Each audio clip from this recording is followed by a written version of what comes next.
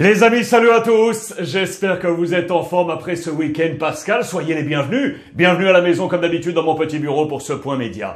2 modules aujourd'hui au programme, disponibles sur l'ensemble des plateformes et en podcast avec un module Real Madrid. Puisque les Madrilènes ne sont plus qu'à 7 points du titre, on va faire le point complet là sur la situation des hommes de Carlo Ancelotti. Et puis ce module Barça, parce que ça a été une semaine ultra difficile pour les Catalans. Élimination de la scène européenne, une défaite ce week-end en Liga pour être écarté de la course au titre, et puis une nouvelle affaire en interne avec un membre actif, Gérard Piqué, le joueur du Barça, également patron de la société Cosmos, qui est accusé de conflit d'intérêts avec la Fédération espagnole de football quant à l'organisation de la Supercoupe d'Espagne en Arabie Saoudite. Vous allez découvrir ce qu'en pense la presse ce matin. Regardez justement les titres de ce mardi matin avec les 2 échecs. Le premier sur la scène sportive, on est ici, Desconexion fatale à la une de Sport, le quotidien catalan, défaite à domicile face au petit, entre guillemets, Cadiz, défaite 1-0, et puis à la une de Marca, cette affaire donc,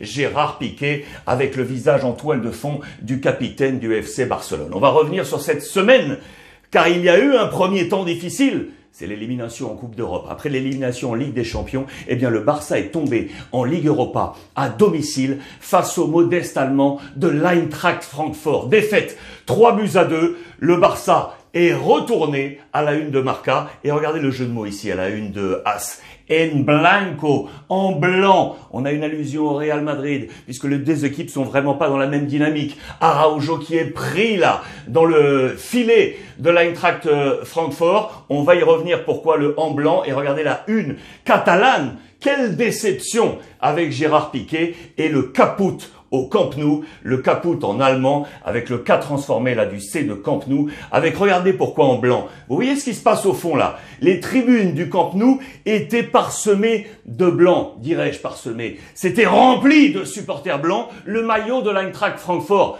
Vous imaginez pour les supporters catalans l'allusion au Real Madrid de voir le Camp Nou en blanc. C'est là qu'on est allé sur ces jeux de mots du côté de la presse, qu'elle soit madrilène ou catalane. C'est très très simple, on l'admet, c'est tout simplement inadmissible. Inadmissible dans les colonnes de Sport que de voir le Barça une nouvelle fois tomber. C'est le 4e titre qui s'échappe cette année au Barça, la 2e élimination européenne après la Ligue des Champions, et on est très très clair de l'échec à la déception de la Ligue des Champions à la Ligue Europa. C'est tout simplement inadmissible pour ce FC Barcelone. Imaginez le président Laporta. Ça a été indigne et tout simplement honteux. Avec cette image de ces tribunes, au terme de la rencontre, lorsque les joueurs de l'Eintracht sont restés sur la pelouse, ils étaient devant un peuple blanc. Pourquoi ? On est en pleine semaine sainte. On était en pleine semaine sainte en Espagne. Vacances et autres.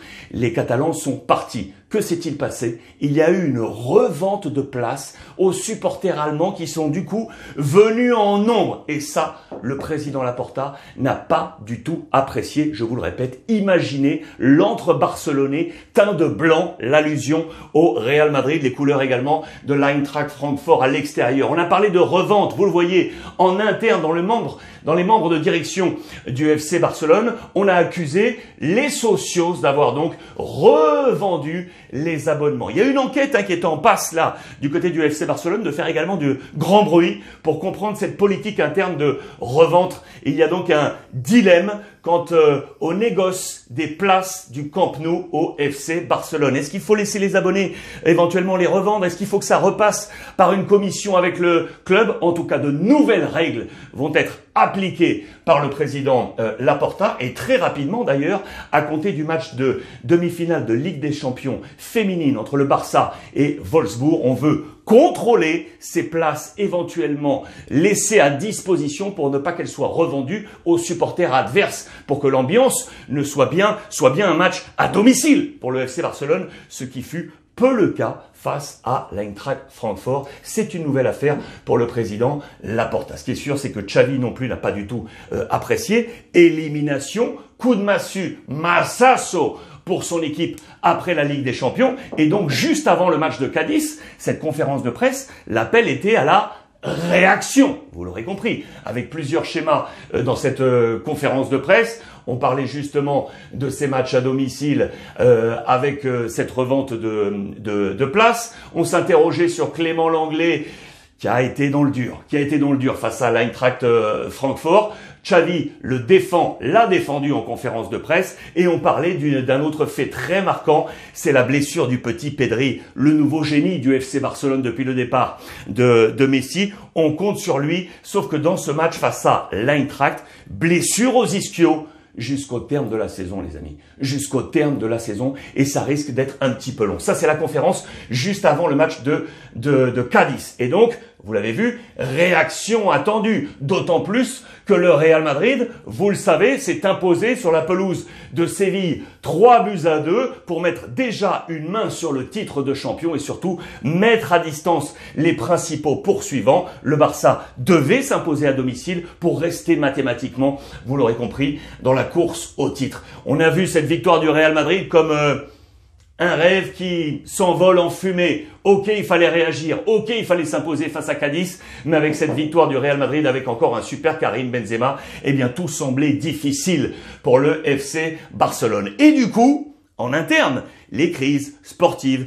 internes et autres ont fait que l'anti-laportisme de Laporta, le président du Barça, l'anti-laportisme est en train de rejaillir comme ça, de sous la terre, de la cave, pour toucher le président du Barça. C'est l'édito, vous le voyez, et l'anti-laportismo ha salido de la cueva. La cueva, c'est la cave, ça remonte. Attention pour le président Laporta, ça c'est clair. Dans cet esprit de reconquête, en l'absence de Pedri, les espoirs sont maintenant sur le petit Gavi. Gavi très attendu dans les plans du Barça jusqu'au terme de l'exercice. On comptait sur lui, mais patatras, ça a été une catastrophe, La semaine, vous le voyez, de croix, le chemin de croix, allusion à la semaine sainte du côté de l'Espagne pour ce FC Barcelone. Tous les visages baissés et cette défaite, face aux jaunes de Cadiz, défaite donc 1-0. Sachez donc que sur les 46 matchs, toutes compétitions confondues jouées par le Barça, sur 46, à 22 reprises, le Barça a été mené. 22 sur 46. C'est énorme pour le FC Barcelone. C'est très simplement une semaine à oublier. Pour le FC Barcelone. En conférence de presse, Xavi l'a annoncé. Ici, on est au Barça. Ok, on prend un coup sur la tête. Ok, il va falloir se réinventer, repartir avec l'ADN Barça. Ok, mais relancer la machine. On va être dans la méthode Coué, on va être dans l'optimisme pour Xavi, mais qu'il a pris un coup sur la tête, vous l'aurez compris. Il avait dans ses plans de bataille, je vais vous montrer ce 11 de départ, notamment titularisé Memphis Depay. Memphis a manqué une occasion d'aller remarquer des points et rester éventuellement à Barcelone. Il a été pris, vous le voyez, dans la toile d'araignée de Cadiz, photo qui illustre tout ça avec 1, 2, 3 jaunes autour de l'ancien de l'Olympique lyonnais pour freiner ce Barça qui est donc resté à quai après 15 victoires consécutives. La semaine a stoppé ce Barça, la défaite face à l'Eintracht et la défaite face à Cadiz. Voici les titulaires avec des notes très difficiles. On va sortir du lot quelques-uns. Celui qu'on va sortir du lot d'ailleurs, c'est Dembélé qui a été le seul à apporter quelque chose d'intéressant. Il a pris un 7 sur 10. On est toujours dans ce travail de contrat, vous le savez, pour éventuellement prolonger en faveur du FC Barcelone. Les mauvaises notes, aïe, l'anglais, le français a pris un 3. Frenkie de Jong a pris un 3 également. Memphis 4, Ferran 4, Eric Garcia 4, Jordi Alba 4, Busquets 4 et Xavi également 4 sur 10. Sont entrés en jeu Aubameyang, Luc de Jong, Adama Traoré, Mingueza. Ils ont tous pris une note moyenne ultra compliquée pour le FC Barcelone qui, vous l'aurez compris, dit adieu à la Liga avec le Real Madrid qui s'envole de son côté. Vous pouvez l'imaginer, ça va être très compliqué. Et puis, avant d'arriver au cas Piqué, juste vous annoncer que sur le Mercato, on est toujours avec ce fameux dossier Lewandowski. Que va-t-il se passer? Attention parce que si on était très optimiste sur l'arrivée du buteur polonais du Bayern Munich, vu la situation actuelle du Barça, on peut se dire que le pessimisme revient au galop pour voir finalement Lewandowski signer ailleurs. Mais mon avis, je pense que le Barça a besoin bien d'autre chose qu'un attaquant, plutôt des latéraux et des défenseurs centraux. Des défenseurs centraux et des latéraux, d'après moi, devrait être l'objectif numéro 1 du FC Barcelone. On en vient à cette affaire Gérard Piqué. Voici les deux pages intérieures de Marca de ce matin, avec des photos qui illustrent un peu tout ça. Ici, Luis Rubiales, avec son petit téléphone. Vous le voyez, c'est le patron de la Fédération espagnole de football. Gérard Piqué, avec son petit téléphone, également. Le joueur du FC Barcelone, mais également le patron de la société Cosmos, que vous connaissez. Eh bien, les confrères de El Confidencial, en Espagne, ont dévoilé des audios, des échanges téléphoniques entre les deux hommes. Pourquoi? Parce que Luis Rubiales a organisé la dernière Super Coupe d'Espagne face au Real Madrid avec le FC Barcelone en Arabie Saoudite.